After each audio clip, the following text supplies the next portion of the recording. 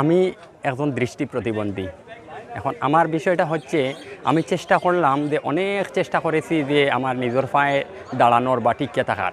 আমি কিছুদিন জালমুড়ি যাবৎ বেচার চেষ্টা করলাম, কিন্তু মাল বিক্রয় হয় না। তার জন্য মাল ঢেলে ঢেলে ফেলে দিতে হয়।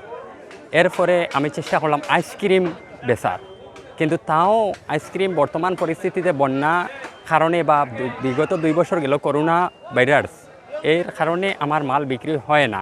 তাই আমি ঢেলে ঢেলে ফেলে দিয়েও এবং আমি কিভাবে আমার 2টি সন্তান নিয়ে মানে আমি কিভাবে যে জীবনযাপন করতাম, আমি কোনোভাবে কোনো পথ পাচ্ছি না। এবং আমার আরেকটা বিষয় হচ্ছে বৃষ্টি দিলেই উঠানো পড়ার আগে বর্তমানে অস্থায়ী যে বাসা আছে সেই বাসা মানে ঘরে রুমে পড়ে। এর পরবর্তীতে আমার একটা ঘর নাই। আমি কিভাবে থাকবো বা কিভাবে বাস করব আমি ভেবে পাচ্ছি না। বন্যায় আমার ঘর আগে থেকেই ঘর নাই। বর্তমানে আমার যে অল্প 2-3 জোড় জায়গা ছিল সেই জায়গাতে আমি ঘর দরজা বানাইতে পারিনি এখনও। এখন অস্থায়ী অন্যের ঘরও আছি।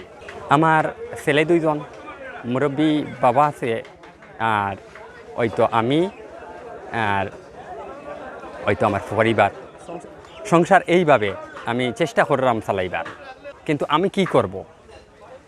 যদি কোনো পথ পাইতাম তাহলে আমি ওই পথটা অবলম্বন করতাম।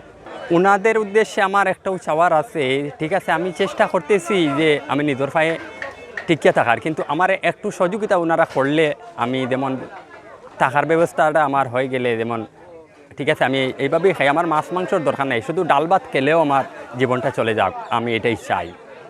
ওনারা তো কারো কাছে যাবার মতো ক্ষমতা নাই, কারো কাছে গিয়া আমার সামনে দিয়ে যদি ওনারা চলে যান তাহলে আমি বলতে পারবো না, কারণ আমি দেখি না। করতে চাই, এখনও ব্যবসা প্রতিষ্ঠান করতে চাই, কিন্তু বর্তমান অবস্থায় আমার অর্থনীতি দিক দিয়ে মানে এত খারাপ যে আমার কোনো অর্থ নাই। এখন এমন এক সিচুয়েশন দাঁড়াইছে আমার, যাতে ভিক্ষা রাস্তার ছাড়া আর কোনো রাস্তাও নাই, সেটুকু আমি করতে চাই না।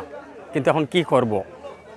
মানে এইটা যদি ওই যে আমাদের এমপি সাহেব বা ওই আরও বড় বড় অনেকজন আছেন, যদি একটু দৃষ্টি আমার দিকে দিতেন তাহলে আমি একজন মানে নিজের পায়ে টিকিয়া থাকার এবং 2টি বাচ্চা নিয়ে জীবনযাপন করতে পারতাম।